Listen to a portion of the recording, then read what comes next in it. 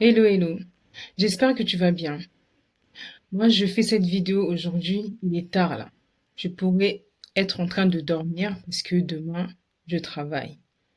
Mais je me sens vraiment obligée de faire cette vidéo pour rétablir certaines vérités.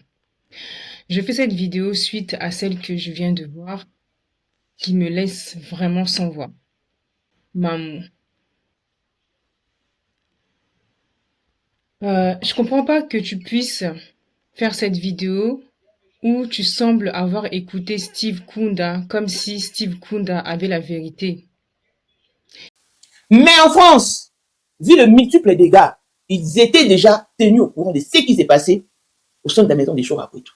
Le fidèle de l'église savait que Sandra sortait avec Chorakwetu, sa femme le surprenait. En tout cas, il le savait. Jusqu'à ce que Chorakwetu chassa Sandra Mbouide chez lui. Depuis cette situation, jusqu'alors, Chorakwetu n'est toujours pas en paix avec sa femme. Maman internationale, comment peux-tu être au courant de ce qui se passe chez Shorakuito? Qu'est-ce que tu en sais si lui et sa femme ne sont pas en paix? Tu es une petite mouche qui va chez eux pour savoir ça? Comment peux-tu affirmer ce genre de choses?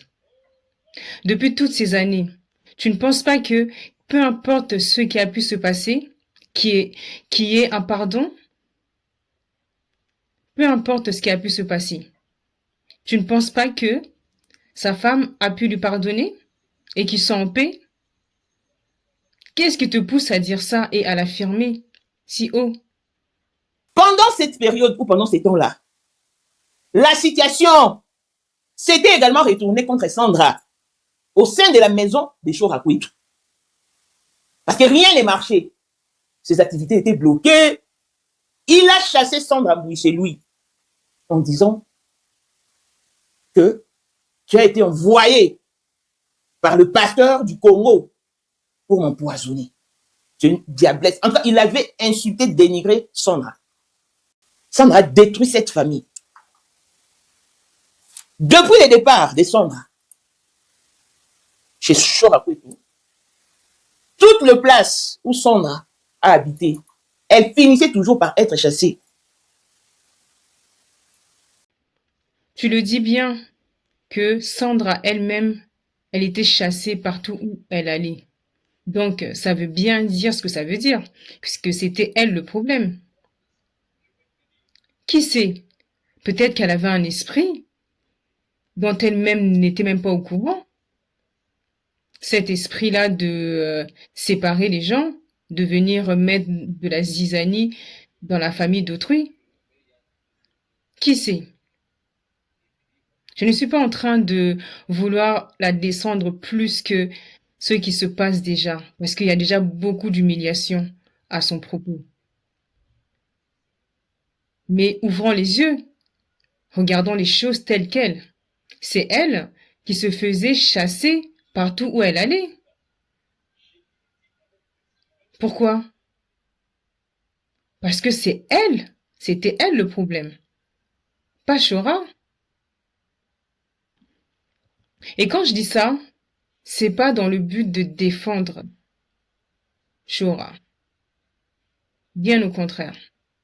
Je dis ça parce que c'est juste la vérité. Moi, je me souviens encore de cette histoire. J'en avais beaucoup entendu parler. Où lui-même, Chora, disait que il a eu des combats où des personnes, une jeune femme en particulier, et il disait pas son nom, une jeune femme qui a combattu son mariage, une jeune femme qui a dit des mensonges sur lui.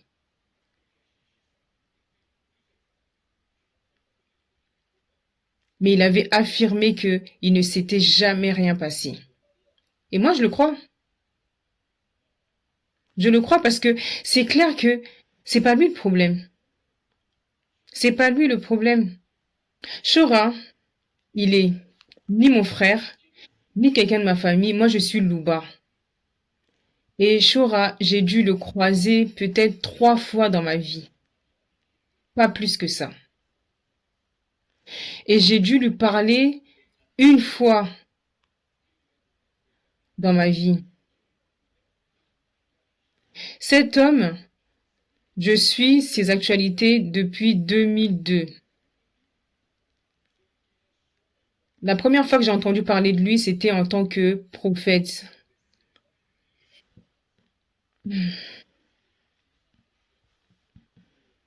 Ensuite, j'ai découvert, par ses propres mots, hein, j'ai découvert qu'il était pasteur et ensuite il était apôtre. Parce que c'est une personne, vous savez, on commet tous des erreurs dans nos vies.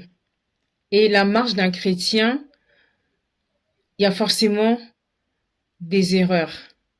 Et quand je parle d'erreurs, je parle surtout du fait que il était pasteur, après il était apôtre, lui aussi il demandait la dîme hein, et les offrandes comme tous les pasteurs dans leur église, jusqu'à ce que Dieu lui révèle que la dîme n'était plus d'actualité.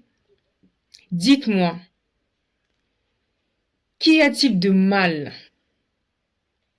à vouloir libérer le peuple de Dieu?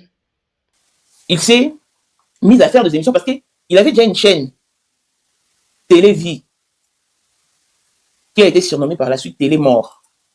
C'est là qu'il faisait maintenant des émissions avec Sandra. Il continuait leur propagande de détruire les églises en interdisant aux fidèles de payer leurs dîmes. Parce que l'ordre qu'il a reçu du Seigneur, c'est quoi? Va et libère mon peuple. Qu'y a-t-il de mal à dire aux gens de ne plus payer la dîme et d'expliquer aux gens par A plus B en leur montrant les versets bibliques que la dîme n'est plus d'actualité? Qu'y a-t-il de mal à faire ça? Parce que en tant que serviteur de Dieu, lui-même aussi, il est père. Le nombre de pasteurs qui lui ont dit, qui ont dit à Shora que ce qu'il prêchait était la vérité, mais qu'il arrête de prêcher ça, parce qu'ils avaient peur de perdre leurs revenus. Posez-vous la question, pourquoi vous donnez la dîme, soi-disant, parce que en donnant la dîme, Dieu va vous rendre. Mais vous êtes toujours là dans des locations, vous êtes toujours là à avoir des fins de mois difficiles, pendant que les pasteurs à qui vous donnez ça construisent des maisons, construisent des immeubles. Cette histoire avec Sandra Bouilly et son mari qui ont un immeuble, cet immeuble-là, vous pensez que les fonds viennent d'où? Les fonds viennent d'où? Quand le frère Shora a prêché par rapport à la dîme, il n'a pas demandé aux personnes de ne plus donner des offrandes. Les personnes doivent donner selon la disposition de leur cœur, pas être obligées de donner un tel montant. C'est ça, son enseignement. Et je me lève aujourd'hui, je parle pourquoi? En tant que l'enfant de Yehoshua, en tant que la sœur, la petite sœur de Yehoshua, je parle pour défendre mon frère. Parce que je n'ai absolument rien à y gagner. Le frère Shora, il ne me connaît même pas. Il m'a vu à 3 reprises dans sa vie, il se souviendra même pas de moi. Mais je le fais parce que c'est mon frère dans le Seigneur. Et que ça me révolte d'entendre ce genre de choses.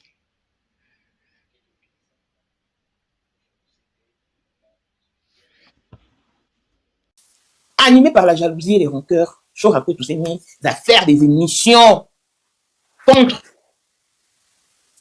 son collaborateur Steve Punda. Il disait, on fait très attention avec Steve Punda. Il fait des attouchements aux petits, aux mineurs. Il disait des choses. Celui-ci très fâché, parce qu'il en avait ras-le-bol. Il est allé jusqu'à la chaîne de télévision de Shora pour lui faire face. Et celui-ci a poussé la porte, il a tout bloqué et tout. Lui aussi, il était là avec, il était accompagné, il a même amené la caméra, on prenait déjà des images pour que la situation ne se retourne pas contre lui. C'est sur son ordre même qu'on a appelé la police. Et la police a surgi. Pendant qu'il était furieux, il tonnait. Toi, Chorakwe et tout, tu veux te jouer de moi? Tu me qualifies d'impudique. Tu dis que je fais d'attouchement. Ornella est venue chez moi, elle avait 16 ans. Elle était une fille, si c'est des vitrines ou comment là. Moi, j'essaie seulement d'encadrer. Hein. C'est son collaborateur, son adjoint qui parlait. Ces images datent de 11 ans. Ces images que vous voyez. Tu es hébergé. Ta maîtresse Sandra Mbouy chez toi. Ta femme était malheureuse. Elle vous surprenait au salon, elle vous surprenait dans la salle de bain. Je vais te terminer. En tout cas, il a tenu le propos parce que il était vraiment monté.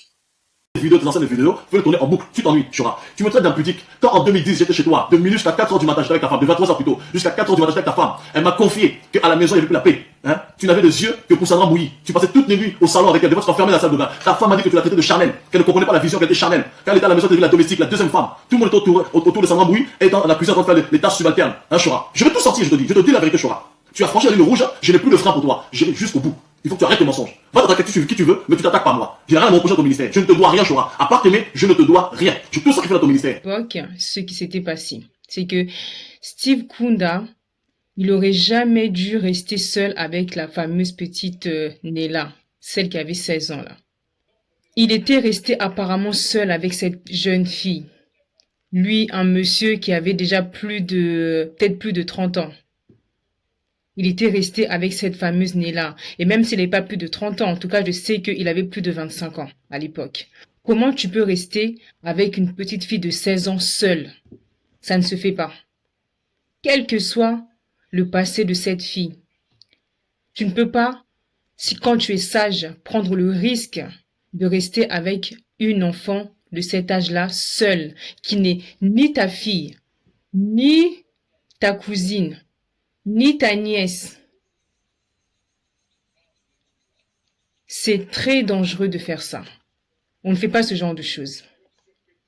Parce que même dans les magasins, quand une jeune fille vole et que elle se fait arrêter par les vigiles et que le vigile doit la contrôler, il va toujours faire appel à une femme pour qu'elle soit témoin.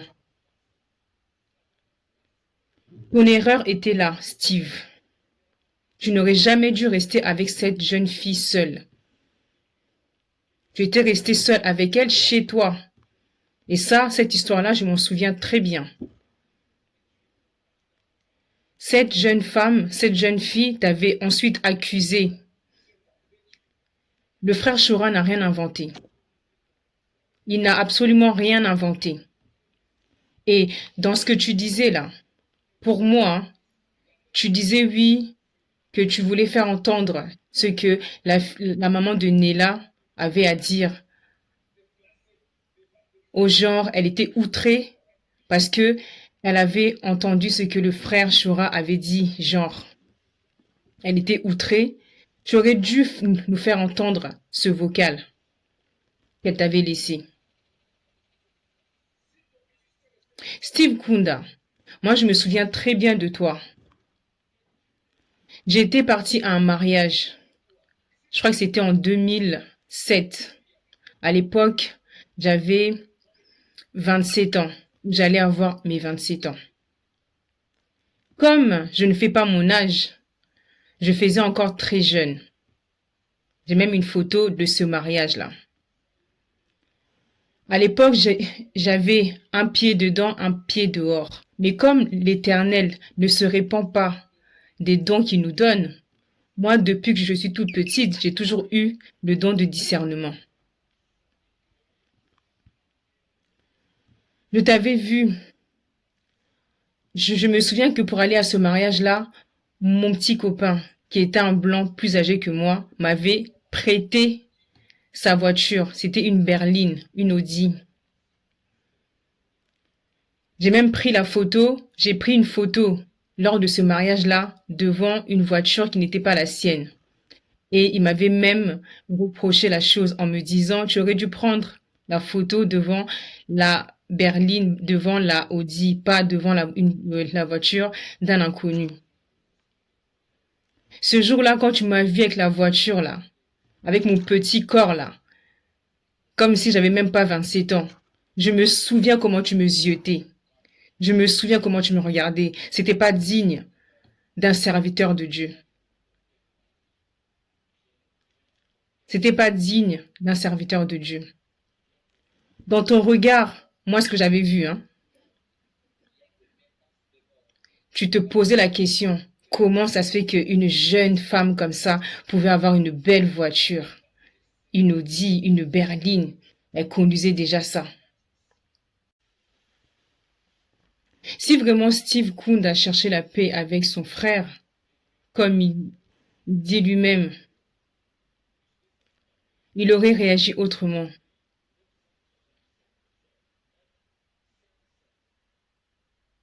On connaît tous les fruits de l'esprit et il n'a pas du tout fait preuve de ces fruits-là. On voit bien sur la vidéo comment il s'énerve. Il était parti donc du coup en découdre avec son frère. Il était excédé et il a tapé contre la porte. Et ça, tu appelles ça quoi? Ça, c'est digne d'un enfant de Dieu? Dire que Shora était jaloux, c'est vraiment triste.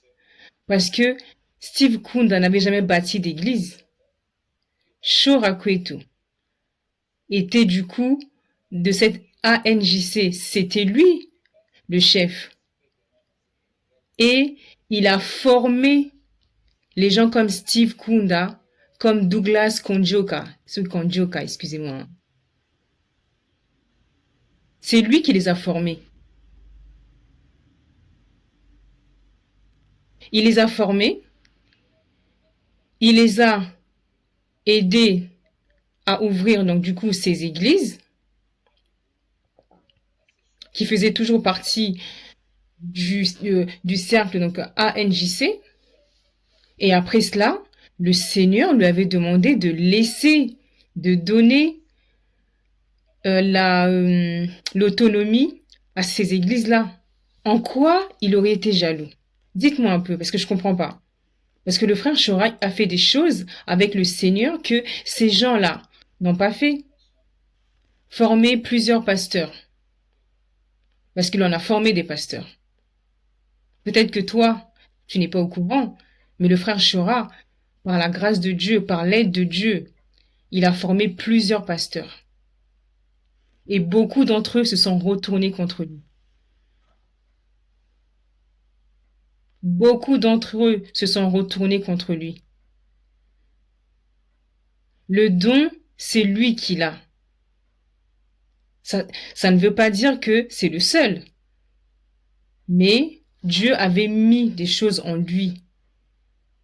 Et il a commencé à transmettre aux autres. Et les autres ont été jaloux de lui. Beaucoup ont commencé à vouloir absolument être comme lui. Et aujourd'hui, tu dis quoi? Que Shor a été jaloux de Steve Kunda. Je pense qu'il y a un moment, il va falloir arrêter de confondre le discernement au jugement du fait de condamner une personne. Souvent, vous aimez dire « ne jugez point ». Mais ne jugez point là, regardez bien dans la Bible. Si tu ne sais pas à quel endroit c'est, n'hésite pas à aller voir sur Google, my friend. Et Google te donnera le verset biblique. Ne jugez point là, c'est le jugement de Dieu. C'est le jugement de condamner. Dieu seul a le droit de condamner. Mais la même Bible nous dit que l'homme spirituel juge de tout. Et quand la Bible nous dit que l'homme spirituel juge de tout, c'est quoi? C'est le discernement du bien et du mal. En tant qu'enfant de Dieu, on a le droit de venir dire que ça, ce n'est pas bien. C'est le discernement. Ce n'est pas le jugement de condamner. Donc, quand le frère Shora se levait et disait que telle autre personne ou tel autre n'est pas de Dieu, c'était le jugement de l'homme spirituel, juge de tout. C'était le discernement du bien et du mal. Donc, on ne doit plus rien dire. Le mal est tellement appelé bien, le bien est appelé mal, on ne doit plus rien dire. On ne doit plus rien dire. C'est ça. Donc, si tu commences à parler, oh, ne jugez point, ne jugez point, c'est devenu votre chanson. Ne jugez point, ne jugez point. Ça devient une chanson que vous chantez à chaque fois pour ne pas qu'on puisse reprocher aux gens leur marche.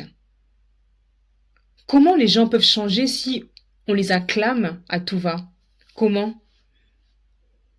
Le frère Shora, quand il a fait des émissions, c'était pas par jalousie. C'était parce qu'il devait condamner les actes de Steve Kunda. Point. En tout cas, voilà pourquoi Joël Francis Tatou n'a pas voulu épouser les Congolais. Parce qu'une fois qu'il a épousé ces mêmes Congolais, ça avait bardé. Même pas 3 mois, les mariés, c'est moi. Maman, je comprends pas. Hein. Tu dis que voilà pourquoi Joël Tatou n'a pas voulu épouser les Congolaises. Parce que en 3 mois, le mariage, c'est moi en Ghana. Mais ça veut dire quoi, ça? Ça veut dire quoi? Déjà, est-ce que c'est normal qu'un serviteur de Dieu se marie avec quelqu'un et divorce? C'est pas normal. Donc, en gros, celui qui répudie sa femme, en tout cas, s'il se remarie, est dans l'adultère. Et donc, quand tu dis que voilà pourquoi il s'est pas marié avec une Congolaise, donc ça veut dire quoi? Que tu penses que tout est de la faute de cette femme? Joël Tatou n'y est pour rien. Et pourtant, il y a des rumeurs qui courent sur lui, qui seraient 2 fois. Et que son mariage avec Simian, là, ça serait juste pour cacher son côté 2 fois. C'est pas s'asseoir sur son canapé ou, mes amis, être dans son costard et cravate, se faisant passer pour un prophète, ou faire apparaître, mes amis, de l'argent dans les sacs de gens, comme certains prophètes en Afrique. Même Shora tout tel qu'il est là. Shora, il peut m'écouter et tous ses disciples. C'est un faux serviteur de Dieu. C'est un homme qui a commencé avec Dieu par des blessures intérieures, qui n'a pas traité de sa propre âme. Il passe son temps à pouvoir parler des autres. Notamment ce faux prophète dont je ne citerai même pas son nom ce soir, parce qu'il ne mérite pas qu'on fasse sa pub, qui se trouve en Afrique là-bas, et qui fait sortir de l'argent dans les poches des gens, et des numéros de téléphone, et des crédits de téléphone, et qui se permet de parler, tout ça là, c'est la confusion totale, mes amis. Et aujourd'hui, quand on traite les gens de magiciens, ce sont des jaloux, des gens, il n'a ni dimension, ni onction, ni puissance, aucun impact. On reconnaît un arbre à ses fruits, non? Voyez les fruits. Il fait sortir de l'argent des sacs des gens. Ça, c'est de la magie. Dieu n'est pas dans la magie. Et il ose dire, en parlant du frère Shora, des gens qui n'ont aucune puissance. Parce que vous, en fait, vous voulez avoir de la puissance en faisant de la magie. Vous voulez faire des choses par vous-même. Et surtout pas compter sur Dieu. Vous allez être confondus, hein. Vous tous là, petit à petit, vous allez être confondus. Et là, c'est censé être le procès de Sandra, pas le procès du frère Shora. Pourquoi est-ce que tu ramènes l'histoire du frère Shora là-dedans, sans connaître les tenants et les aboutissants? C'est censé être le procès de Sandra. C'est Sandra qui divorce là. Est-ce que c'est la faute du frère Shora? Ou c'est elle-même? Sandra ne marchait plus avec Dieu depuis déjà très longtemps. Le Seigneur lui-même l'a prophétisé de la bouche de sa fille. Sandra ne marchait déjà plus avec le Seigneur. Donc ce qu'elle a là, ce qui lui arrive, c'est le revers de la médaille. Cette humiliation, c'est le revers de sa médaille. Ce n'est pas le procès du frère Shora. Qu'est-ce qu'il a fait de mal en dénonçant les méfaits de ces faux serviteurs de Dieu? J'ai commencé à le suivre, j'ai vu qu'il a acquis beaucoup de sagesse et d'humilité. Il est passé de pasteur à apôtre, à prophète, et à nous demander de l'appeler frère, qui ne voulait plus qu'on l'appelle pasteur ou autre. Il voulait qu'on l'appelle simple frère, frère Shora. Et c'est lui qui disait aux gens de ne pas toujours compter sur les pasteurs et que leur pasteur par excellence, c'est Yehoshua Mashiach. Et que les gens sont capables par eux-mêmes de prier pour eux et d'avoir la guérison. Combien de pasteurs veulent que l'assemblée ne compte que sur eux? Lui, il n'a jamais voulu ça. On reconnaît un arbre à ses fruits.